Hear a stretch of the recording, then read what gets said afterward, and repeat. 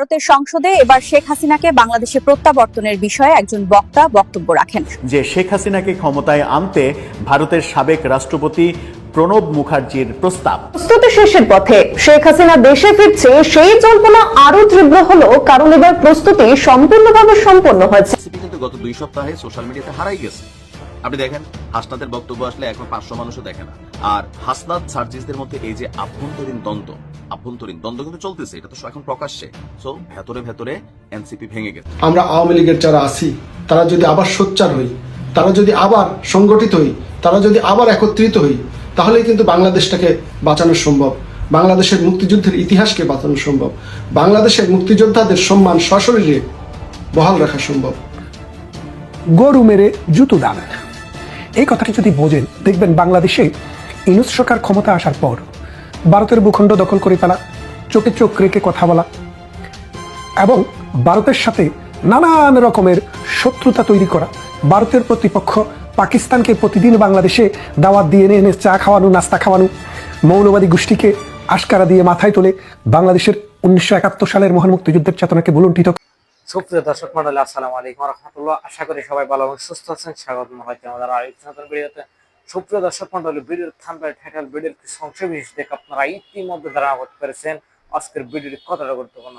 সুপ্রিয় দর্শক মন্ডলী, এক মুহূর্ত নাটনে সম্পূর্ণ ভিডিও দেখলে আপনারা বুঝতে পারবেন বর্তমান রাজনৈতিক আলোচনার মুহূর্তে কোন দিকে যাচ্ছে, কার হাতে ক্ষমতা আসতেছে। সুপ্রিয় দর্শক, তাহলে চলুন আমরা কথা না বাড়িয়ে সেই সম্পূর্ণ বিস্তারিত আলোচনাটা দেখে আসি। তার আগে আপনাদের প্রতি আমাদের একটা ছোট্ট রিকোয়েস্ট, যারা আমাদের চ্যানেল এখন নতুন, চ্যানেলটি সাবস্ক্রাইব করে আমাদের সাথে দেখুন। অবশ্যই সম্পূর্ণ ভিডিওটি দেখে আপনার মূল্যবান মন্তব্য কমেন্টে জানাবেন।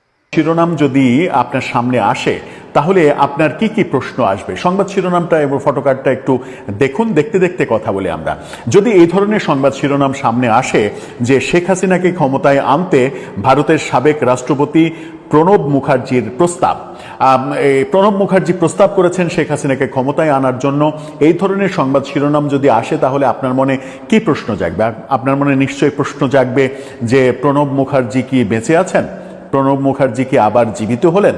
জীবিত হয়ে ফিরে এসে ভারতে বসে থেকে তিনি কি শেখ হাসিনাকে ক্ষমতায় ফেরানোর চেষ্টা করছেন? প্রণব মুখার্জির সঙ্গে শেখ হাসিনা, আওয়ামী পরিবার এবং বঙ্গবন্ধুর পরিবারের সঙ্গে একটা ঐতিহাসিক সম্পর্ক আছে, যেটা আমরা জানি। সেই কারণে প্রণব মুখার্জি একটা আওয়ামী প্রসঙ্গ আসলে, শেখ হাসিনা প্রসঙ্গ আসলে প্রণব মুখার্জি একটা ইন্টারেস্টিং এবং গুরুত্বপূর্ণ আলোচনা। কিন্তু সংবাদের শিরোনামটা আপনাকে কনফিউজড করবে, কিন্তু বেশিক্ষণ আমরা কনফিউশনে আপনাকে রাখতে চাই না। এই কনফিউশন দূর করব এই দর্শক। বলছিলাম, প্রণব মুখার্জি প্রস্তাব করেছেন শেখ হাসিনাকে ক্ষমতায় আনার জন্য, যে কোনো মূল্যে শেখ হাসিনাকে ক্ষমতায় আনতে হবে। এই সংবাদ শিরোনাম দেখে আপনারও ভড়কে যাওয়ার কথা। আমরা খবরের বিস্তারিত আলাপে যদি আসি তাহলে দেখতে পাচ্ছি যে এই ধরনের তথ্য উঠে এসেছে আন্তর্জাতিক অপরাধ ট্রাইব্যুনালে।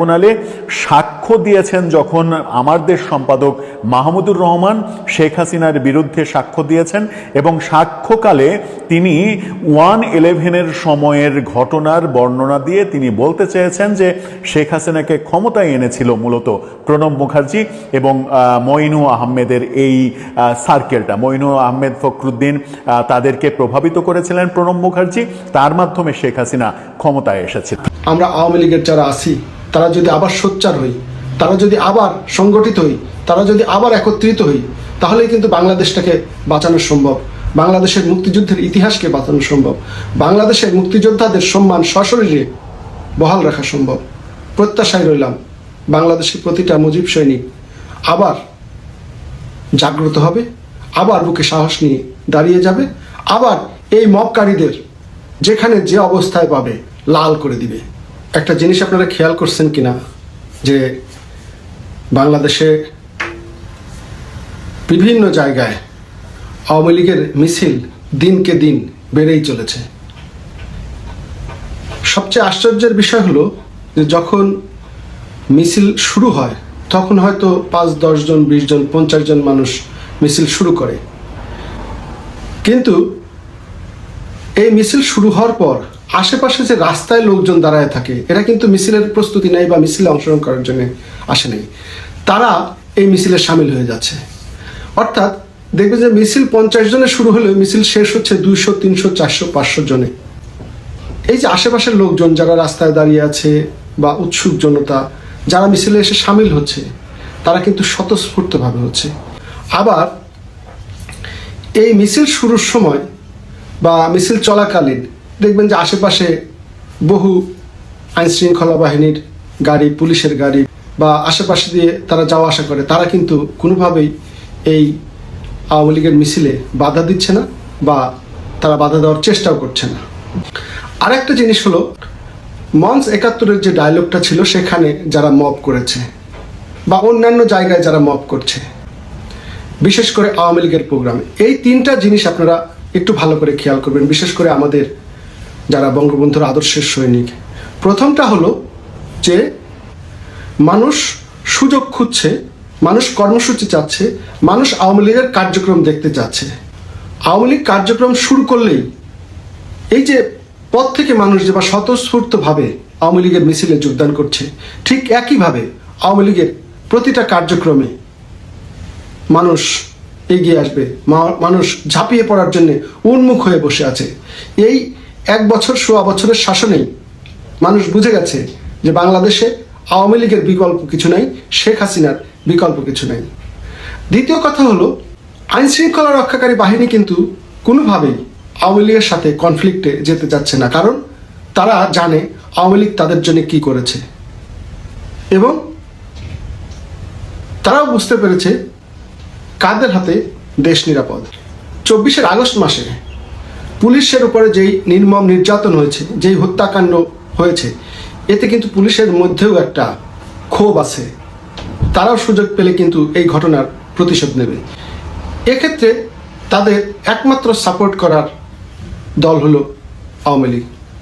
আর যেটা তৃতীয় কথা, মব, যারা মব করছে, আপনি খেয়াল করে দেখেন যে মঞ্চ ৭১-এ যারা মব করতে আসছিল তারা হাতে গোনা ৩-৪ জন মানুষ ছিল।